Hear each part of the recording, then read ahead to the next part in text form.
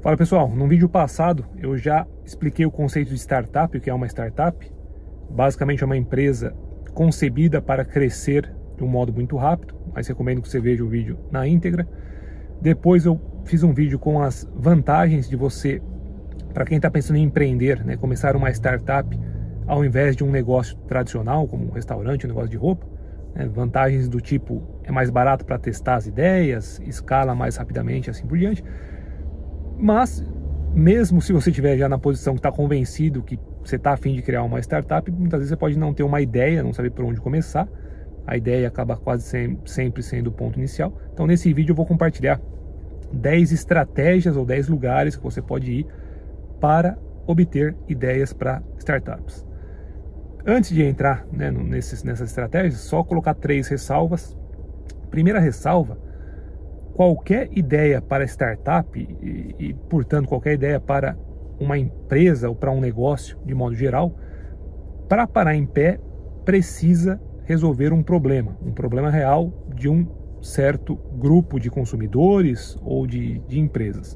Se não resolve um problema real, não para em pé. Então a ressalva aqui é, sempre que você for pensar em ideias de negócios ou de startups, tente identificar qual é o problema que de fato aquela ideia resolve. E quanto maior o problema, melhor, obviamente, porque as pessoas ou empresas que têm aquele problema vão estar dispostas a pagar mais pela solução dele. E também, quanto mais frequente aquele problema acontecer na vida dessa pessoa ou dessa empresa, melhor. Então você pode ver que as empresas que são gigantescas resolvem problemas grandes e cotidianos, né, das empresas. Google, por exemplo, você precisa de informação todo dia, várias vezes por dia. Então, várias vezes por dia você vai usar a solução que o Google desenvolveu para esse problema. Segunda ressalva: ideia por si só não tem valor. Não é à toa que não dá para patentear a ideia, não dá para vender a ideia, né? Se tivesse valor, teria um marketplace, um mercado livre da vida, onde as pessoas comprariam e vendiam. Isso não existe. Então, não se apegue muito, né, à questão da ideia, até porque muito provavelmente você vai começar com uma ideia, mas vai acabar mudando, ou ter que ajustar pelo menos. E além disso, muito mais importante do que a ideia, isso sim tem valor, é a execução, né, dessa ideia. Até porque, mesmo se a sua ideia for mais ou menos, mas você tiver uma execução excelente, você vai conseguir fazer o negócio prosperar e vai ajustar a ideia ao longo do caminho. Por outro lado, você pode ter a melhor ideia do mundo, mas se a execução for pífia, for ineficiente, você não vai sair do lugar. Então, segunda ressalva é justamente, se lembre sempre que muito mais importante do que a ideia inicial é se você vai executar bem. Você vai trabalhar duro, vai ser eficiente, né, vai conseguir desenvolver bem o produto e por aí vai. Terceira ressalva: não fique paralisado. Se você quer empreender, não fique paralisado esperando a ideia ideal, aquele momento eureka dos filmes, né, que vai ser uma ideia que você vai, né, que tudo vai se encaixar e aí sim você vai ter a motivação e a coragem para começar esse empreendimento, esse projeto. Eu acho que isso é um erro. A ideia tem que ser uma faísca inicial. Então você tem que achar algum problema, até mais do que uma ideia de produto, achar algum problema que você se sente apaixonado o suficiente, motivado o suficiente para tentar melhorar e resolver aquele problema. E aí você começa, e a partir daí, né, você vai tateando e vai acertando as coisas, resolvendo os problemas, né, do projeto em si, que com certeza vão aparecer, e vai achando o seu caminho. Então, ao invés de ficar esperando a ideia ideal, ache um nicho, um setor ou um problema que você tem um interesse ou é apaixonado e mete a cara e começa, e depois o resto você vai aprendendo e ajustando ao longo do caminho. Mas vamos lá, vamos entrar nas 10 estratégias ou lugares para você obter ideias para startups. Primeiro lugar, eu tenho um Excel onde eu vou jogando todas as ideias que eu vou tendo ao longo do tempo. Recomendo inclusive que você faça isso também. É um exercício interessante até para você poder ver ideias passadas e amadurecendo essas ideias. E eu compartilhei as primeiras 100 que eu tinha no meu Excel. Então você vai encontrar em vídeos aqui no YouTube ou no Instagram, não sei onde você está assistindo, mas tem essas 100 ideias que estavam no meu Excel que eu compartilhei e fui explicando. Pode ser que tenha alguma lá que te interesse. Então esse é o primeiro lugar que eu recomendaria você ir. Segunda estratégia que você pode usar é olhar problemas pessoais e tentar transformar isso em ideias para uma startup. Então pense no seu cotidiano, o que é um problema para você, o que é uma dor de cabeça, pode ser um lugar onde você gasta tempo que você não gostaria de gastar, alguma coisa que você acha que é muito cara, alguma solução para algum problema que você tem que não existe ainda no mercado, ou que existe não é satisfatório. Muitas startups nasceram disso, né, do fundador ou time de fundadores desenvolverem algo que resolvia algum problema que eles tinham, alguma coisa que os incomodava, eles fizeram então em primeiro lugar para eles, e uma vez que resolveu para eles, se tratasse de um problema, né, que outras pessoas também tinham, eles propunham isso para o mercado, e aí acabava decolando a ideia. Então, segunda estratégia, olhe para problemas pessoais e veja se consegue solucionar algum deles. Terceira estratégia é parecida, mas ao invés de olhar para problemas pessoais, você vai olhar para problemas profissionais. Então, na sua empresa, no seu trabalho, ou mesmo se você for um profissional autônomo, onde existe alguma ineficiência, né? O que é que faz você gastar muito tempo, dá muita dor de cabeça, que poderia ser solucionado. E a lógica é a mesma. Se você solucionar para a sua empresa, né, para o seu trabalho, muito provavelmente você consegue solucionar isso para outras empresas também, transformar isso em um produto e vender esse produto. Tem até uma história curiosa do Twitter, que o Twitter não nasceu com essa ideia, até corrobora, né, as ressalvas iniciais, e não se preocupar muito com a primeira ideia. O Twitter era uma rede social, se eu não me engano, uma plataforma de áudio, né, ou rede social, ou para podcasts, alguma coisa desse tipo, chamava Odeo, O-D-E-O, se não me falha a memória. Não estava indo muito bem, mas eles tinham um problema de comunicação entre os colaboradores, né, dessa empresa que chamava Odeo até então, e eles desenvolveram uma ferramenta para facilitar a comunicação, onde você podia mandar mensagens curtas, tinha um limite de caracteres, e eles usavam essa ferramenta internamente e todos gostavam. E quando a plataforma principal lá de áudio não começou a ir bem, e eles começaram a pensar, bom, isso aqui não vai funcionar, o que mais que a gente pode fazer? Os fundadores lá tiveram esse insight, falaram, bom, cara, a gente está gostando pra caramba dessa solução, dessa ferramenta que a gente fez, sem muita pretensão, vamos lançar isso, abrir para o público e ver o que eles acham. E aí que eles lançaram o Twitter, e o resto é história, né? Deu no que deu. Então foi uma tentativa de solucionar um problema interno da empresa que acabou dando origem a essa ideia para o Twitter. Quarto lugar onde você pode olhar para obter ideias de startups é uma aceleradora que se chama Y Combinator, é a maior e de maior sucesso, né, aceleradora do mundo. Já passaram por lá empresas como Dropbox, Stripe, Instacart, Airbnb e por aí vai, é uma lista enorme.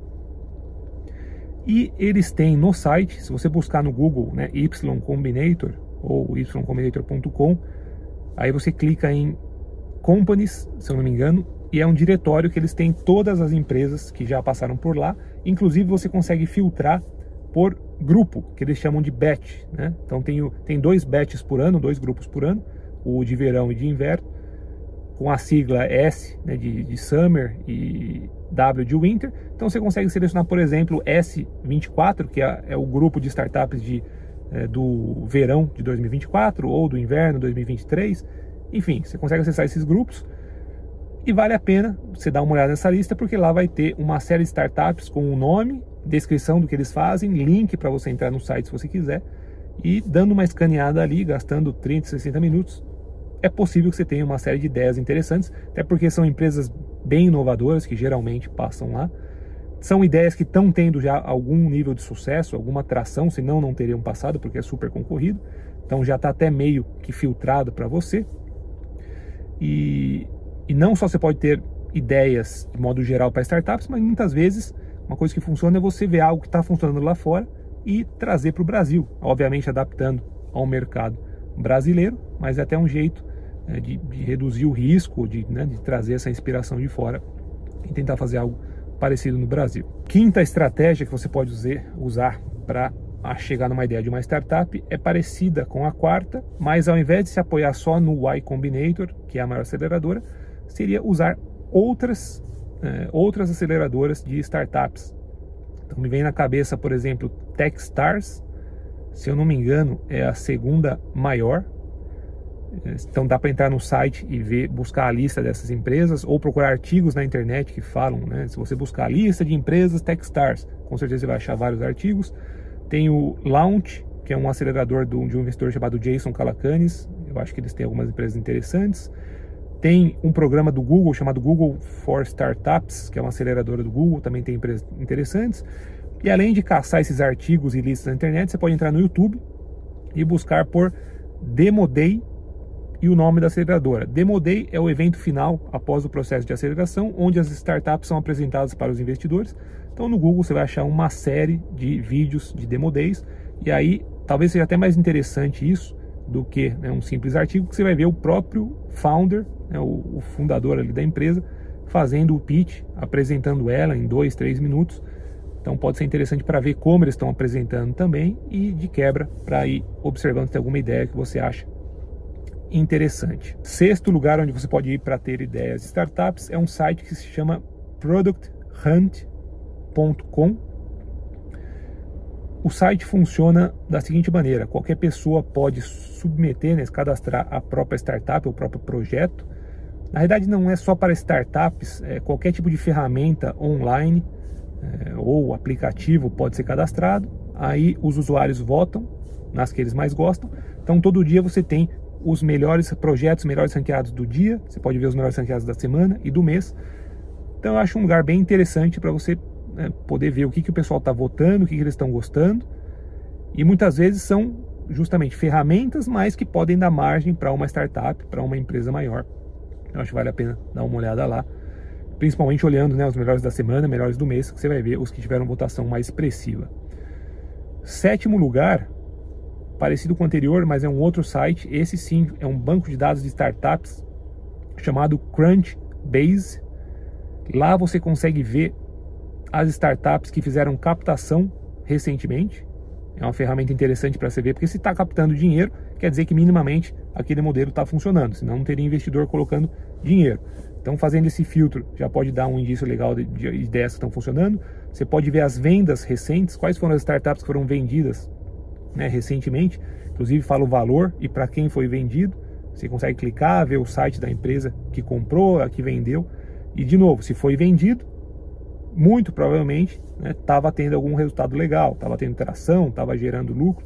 Então são ideias já mais qualificadas até. Você pode pensar em fazer algo parecido, pode pensar em fazer alguma variação. Se for algo lá fora, você pode pensar em trazer para o Brasil e assim por diante. Oitavo lugar, ou oitava estratégia, essa eu acho bem interessante, eu fiz no passado. Vá a eventos profissionais de um certo nicho. Por exemplo, tem eventos para o setor de alimentação, FISPAL, se eu não me engano, dele, que acontece uma vez por ano em São Paulo. Eventos para a indústria, eventos na sua cidade, de networking de empresas. Vá a esses eventos e converse com as pessoas, tanto os que estão lá frequentando o evento, os visitantes, quanto quem está expondo. E pergunte para essas pessoas, justamente como eu falei no começo, né, que o foco tem que sempre ser um problema. Pergunte qual o problema que ela tem no dia a dia, qual a maior dor de cabeça no trabalho, onde que eles gastam muito tempo ou gastam muito dinheiro.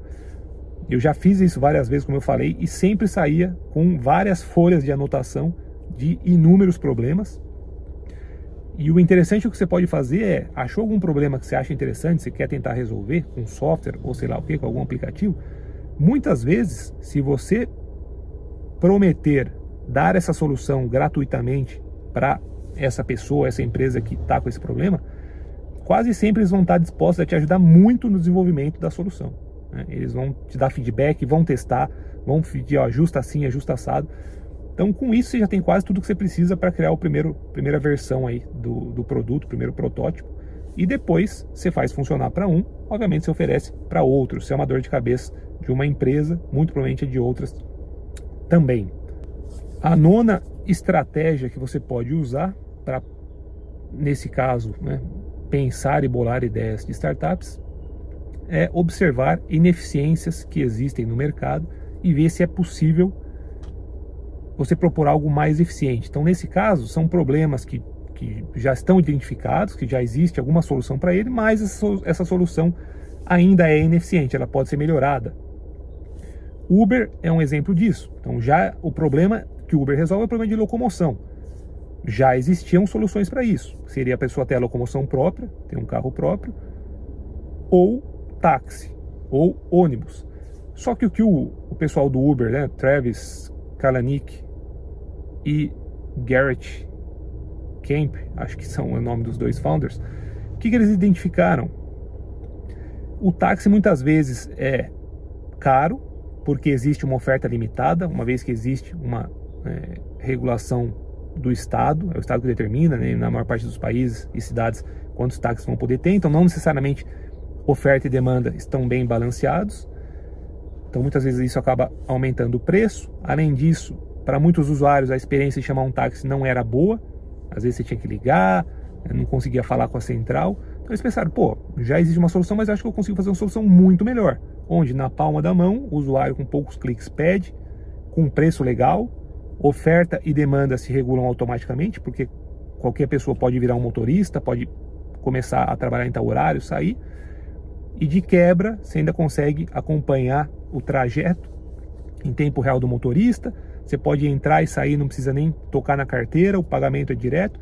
Então, juntando tudo isso, né, eles imaginaram que ia ser uma experiência, uma solução muito mais eficiente para aquele problema, e de fato foi, e de fato se espalharam, conseguiram expandir para o mundo inteiro.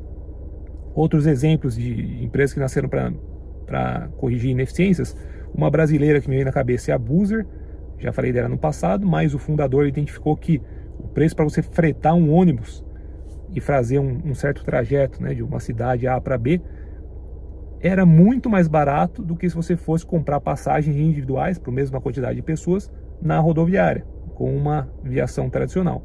Então ele viu que tinha claramente uma ineficiência de preço nesse caso, né, lançou a Buser e deu super certo, está crescendo bastante. Outro tipo de ineficiência, o pessoal nos Estados Unidos tem uma empresa que chama GoPuff, são entregas rápidas, 10, 15 minutos, 30 minutos, e no Brasil tem a Daqui, D-A-K-I, que faz isso também. Qual era a ineficiência? Já existia o problema de você precisar comprar algo, né, da sua casa ou no trabalho, então você pediu um delivery de alguma coisa, mas o que existia antes dessas empresas demorava muito para entregar, então era uma ineficiência de tempo de entrega. Esse pessoal dessas empresas falou, bom, eu acho que eu consigo resolver e fazer a mesma coisa, então a solução era a mesma, só que atacando em um dos fatores, que era o fator de tempo de entrega. Eu vou fazer algo muito mais rápido. Em vez de entregar em 2, 3, 5 horas, eu vou entregar em 30 minutos, vou entregar em 15 minutos.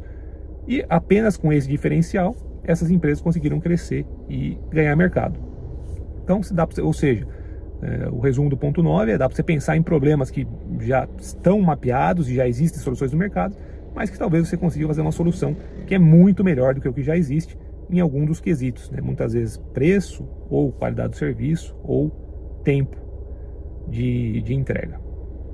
Por fim, última estratégia é você entrar no Instagram ou no Google e sondar, pesquisar influenciadores e pensar em quais produtos poderiam ser oferecidos para os seguidores desses influenciadores.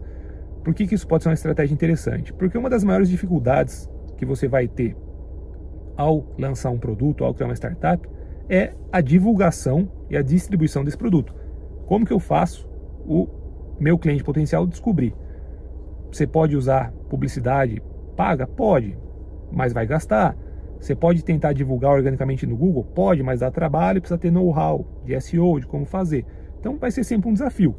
Se você identifica algo que é uma solução, né, um produto para seguidores de um certo tipo de influenciador, você vai poder fazer parcerias com esses influenciadores para que eles divulguem, ou ganhando uma comissão, né, se tornando parceiros comerciais, ou quem sabe até convidando esses influenciadores a se tornarem sócios do negócio. Inclusive é uma tendência que está crescendo nos últimos anos. Então, empresas que têm o know-how de desenvolver software, por exemplo, ou até outros tipos de produtos, às vezes produtos cosméticos, perfumes, roupas e por aí vai, né? Mas para ser startup, software é bem mais propício, como eu falei no outro vídeo. Então você pega startups, empresas que têm o know-how de tecnologia, desenvolvimento de software, elas começam a conversar com o influenciador, identificam um potencial produto para os seguidores, fazem uma sociedade, lançam o produto né, e usam essa base aí, essa influência, esse alcance para divulgar. Pode ser uma estratégia interessante, e uma vez que você começa a pensar só nesse nicho de seguidores, fica mais fácil de identificar produtos, soluções e serviços que vão atender, né, a esse tipo de cliente. Beleza? Valeu, pessoal!